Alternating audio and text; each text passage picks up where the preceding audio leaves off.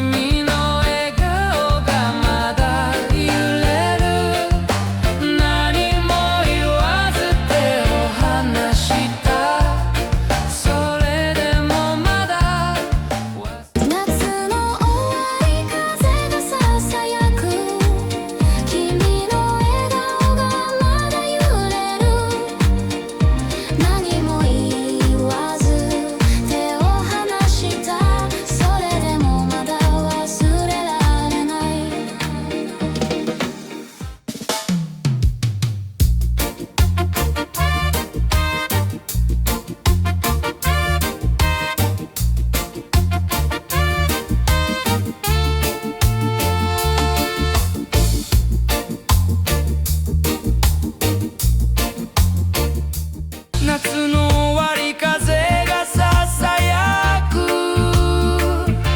君の笑顔がまだ揺れる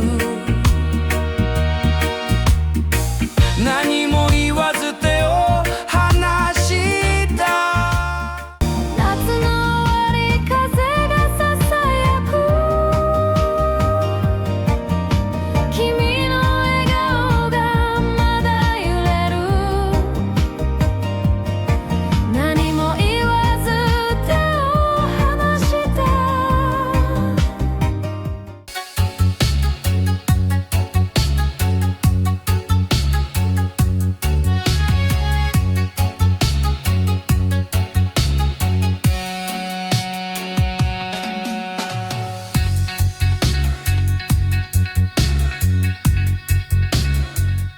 夏の終わり風がささやく君の笑顔がまだ揺れる何も言わず手を離した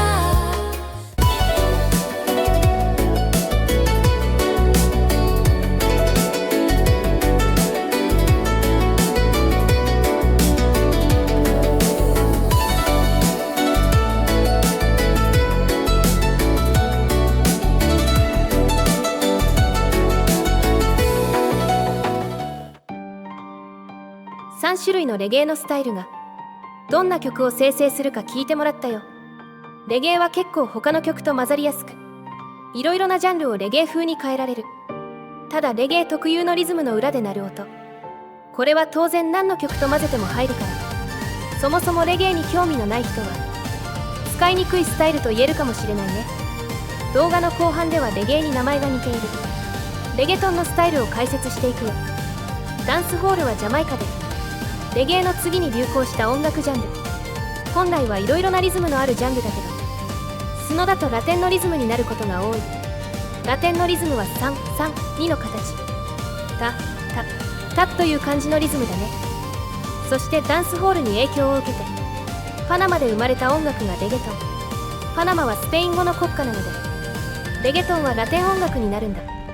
レゲトンはラテンリズムをアレンジした電棒というリズムが特徴の曲だよ。タという感じのリズム。まあ後の実例でじっくり聴けるよ。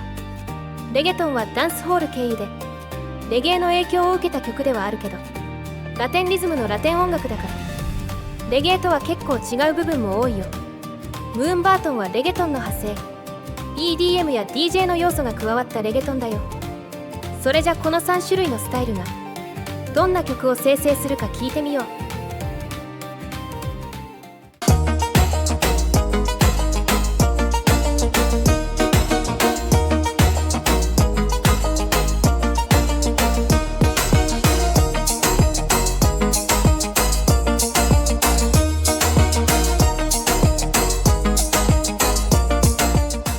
夏の終わり、風がささやく君の笑顔がまだ揺れる。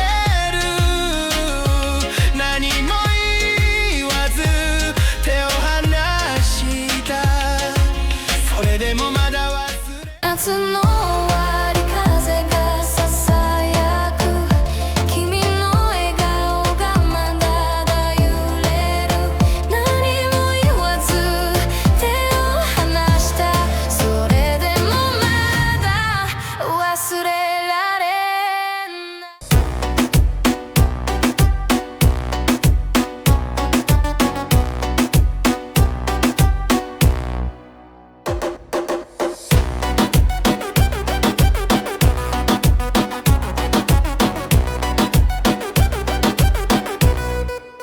夏の終わり、風がささやく君の笑顔がまだ揺れる。何も言わず手を離した、それでもまだ忘れられない。夏の終わり、風がささやく君の笑顔がまだ揺れる。何も言わず手を離した、それでもまだ忘れられな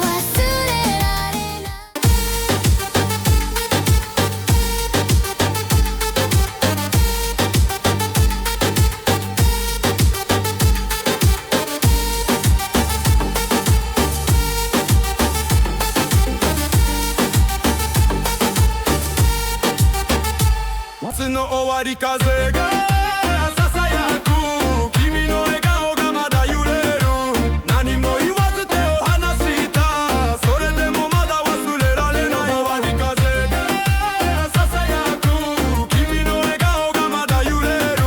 何も言わず手を離した。夏の終わり、風がささやく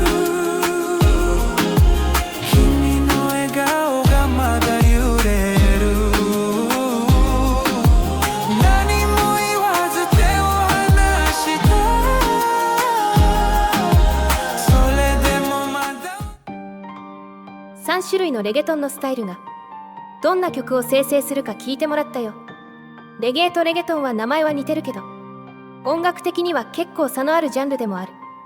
特にスノにおいてレゲエ系はどんな曲でもレゲエにしてしまうけど、レゲトン系はリズムを強く変えるけど元の曲調はあまり邪魔しない傾向がある。それとレゲトン系のラテンリズムはラテン以外の曲でもよく使われるリズムだから、いろいろな曲と相性が良くてリズム変更スタイルとしても使いやすいよ。レゲトンに興味がなくてもレゲトン系は面白く使えると思う。それじゃまたね。